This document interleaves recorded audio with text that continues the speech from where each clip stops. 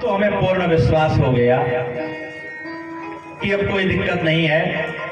कोई पुण्यात्मा पापात्मा कोई भी उस कथा पांडाल के मध्य आवेगा तो उसका कल्याण निश्चित ही निश्चित है, होना ही होना। मैं ये बात समझ गया बहुत अच्छी तरीके से। लेकिन महाराज हमको एक बात और बतलाते जाइए। ये मैं अंतिम प्रश्न कर रहा हूं। नारद जी कहते हैं ये मैं अंतिम प्रश्न कर रहा हूं। भागवत कथा अमृत पान करने के नियम क्या है, विधि क्या है? सबसे पहला प्रश्न श्रोताओं को का आता है कि महाराज कथा तो करवाने का मन है, कितना खर्चा आता है? तो ये कैसे निर्धारित किया जाए महाराज की कथा का बजट क्या होगा, कितना खर्चा आ जाएगा? इसकी नियम क्या है, विधि क्या है, कितने दिन में सुनना चाहिए, किससे सुनना चाहिए? तब सरकारिक कहते हैं विवाहे यादृशम वित्तम तादृशम परिकल्पयेत्। जैसे हम बेटा बेटी का विवाह जब करने को सोचते हैं तो एक हम अनुमानित केवल बजट तय करते हैं, एक अनुमानित खर्चा तय करते हैं। कई बार उससे ज्यादा भी खर्चा हो जाता है और कई बार उससे कम भी खर्चा होता है, लेकिन कोई एक फिक्स नहीं बता सकता ना कि इतना ही खर्चा होगा। वैसे ही हमारी भागवत है। बेटा बेटे के खर्चा में हर व्यक्ति अपनी सामर्थ्य अनुसार करता है। कोई इस पर दबाव थोड़ी कि आपको इतना खर्चा करना ही करना है। भाई कोई 50 लाख भी खर्चा करता है, कोई 50,000 रुपए में भी विवाह कर ले रहा है। तो हर व्यक्ति का एक अपना सामर्थ्य अनुसार खर्चा करता है। वैसे ही श्रीमद् भागवत महापुराण है। श्रीमद् भागवत महापुराण कथा करने से पहले आपके अंदर उत्साह और उमंग होना चाहिए। जैसे बिटिया का विवाह करने के सिर्फ पहले हम वर्षों पहले एक एक सामग्री रखना प्रारंभ कर देते हैं। भैया इसको रख दो, शादी में खर्चा होगा, रिश्तेदार आएंगे, नातेदार आएंगे, बाराती आएंगे। मन में पैसा खर्चा होने के साथ साथ उमंग भी रहता है, उत्साह भी रहता है कि हमारी बिटिया को अच्छा घर मिल जाएगा, अच्छा वर मिल जाएगा, अच्छा परिवार मिल जाएगा। वैसा ही मनुष्य के अंदर उत्साह होना चाहिए, उमंग होना चाहिए और अपनी सामर्थ्यानुसार ही बजट भी होना चाहिए। कोई निर्धारित खर्चा नहीं लिखा हुआ कि नहीं इतना पैसा आपकी जेब में हो तभी आप कथा सुनने के अधिकारी हो। नहीं, जैसी आपकी सामर्थ्य हो उतने में कथा हो जाएगी महाराज।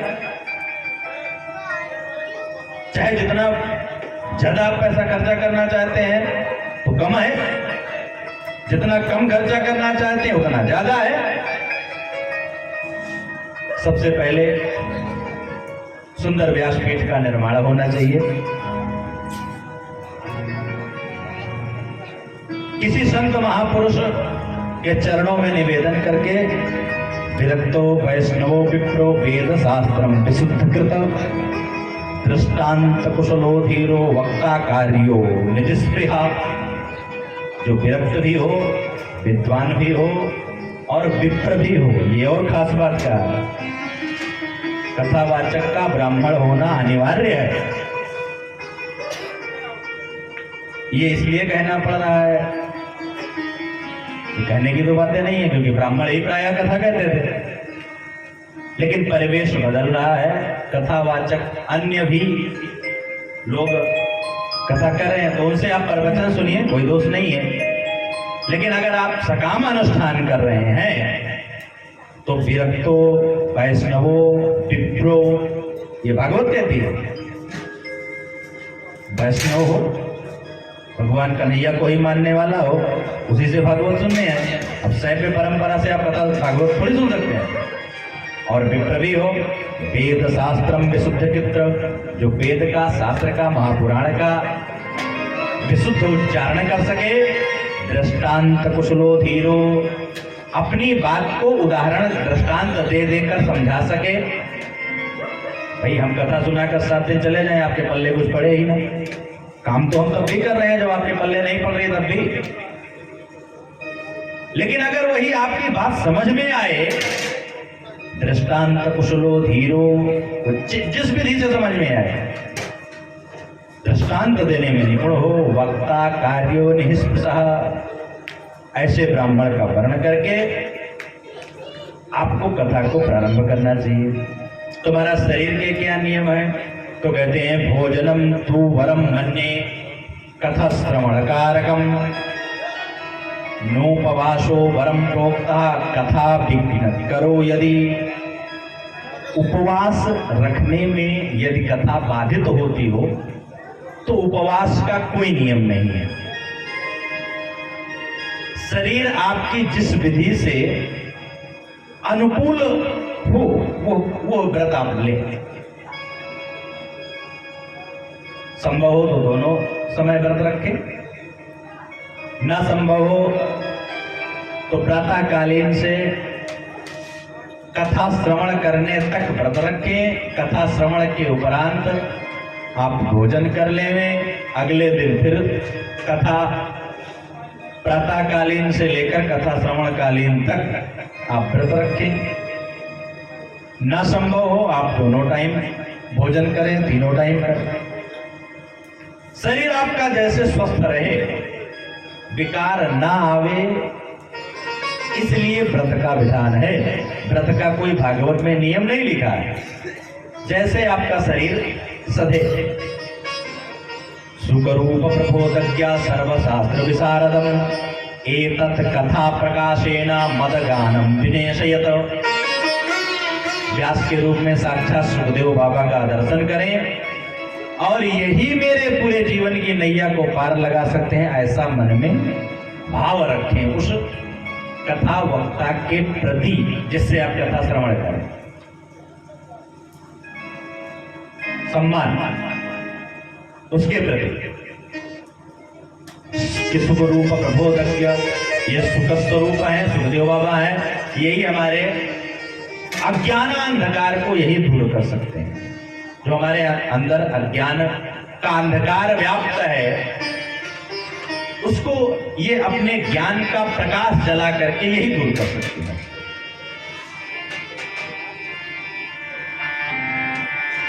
ये सब नियम नारद जी को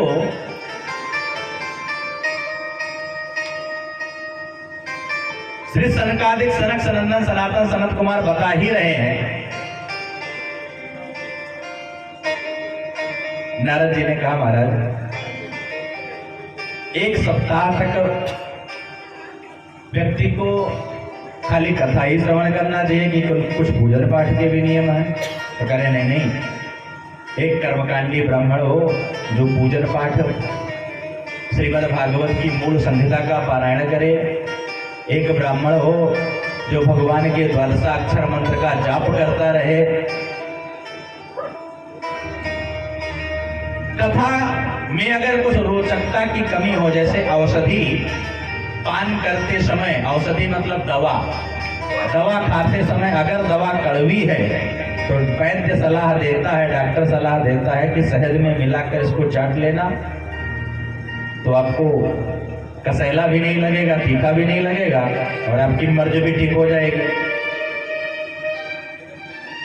तो कलयुग में श्रोता कथा औषधि, कथा रूपी दवा पान करने में अगर सक्षम नहीं है तो कथा के मध्य बीच बीच में संकीर्तन भी होता रहे। ये तो चटनी है, बीच बीच में चाटते हुए कथा सुनते रहो भाई। अगर आपको आलस्य लगता है, आपको लगता है कि भाई थोड़ा सा शरीर शिथिल हो जाता है, महाराज जी कथा सुनने लगते हैं शरीर ही शिथिल हो जाता है। कई जगह तो श्रोता सोते हुए पाए जाते हैं। महाराज इतना आनंद आया और पूछो प्रसंग क्या था, तो महाराज हम पीछे थे, थोड़ा झपकी लग गई थी उस समय, जो जिस प्रसंग की आप बात कर रहे हैं। तो शरीर में आलस्य आवे, शिथिलता आवे, तब तक तबले की थाप पड़ जावे तो फटाक से अपने आप नींद खुल जाए।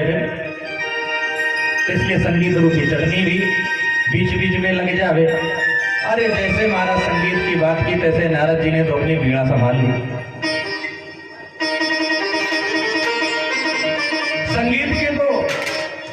विशेष अनुरागी हैं।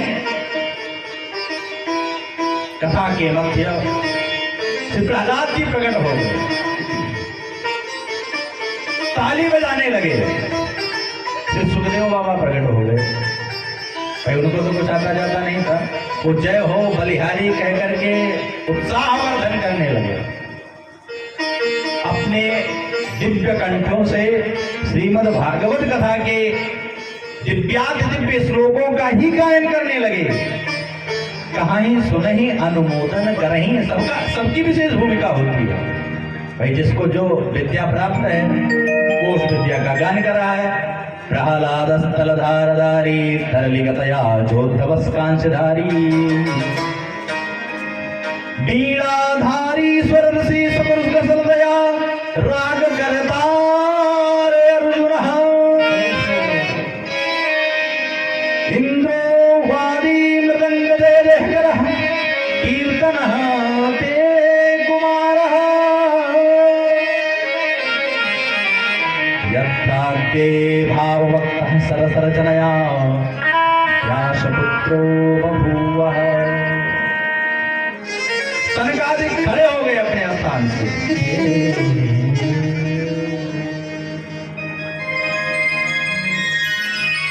इंद्र ने मृदंग को संभाल लिया, नारद जी ने वीणा पर प्राण देना शुरू किया।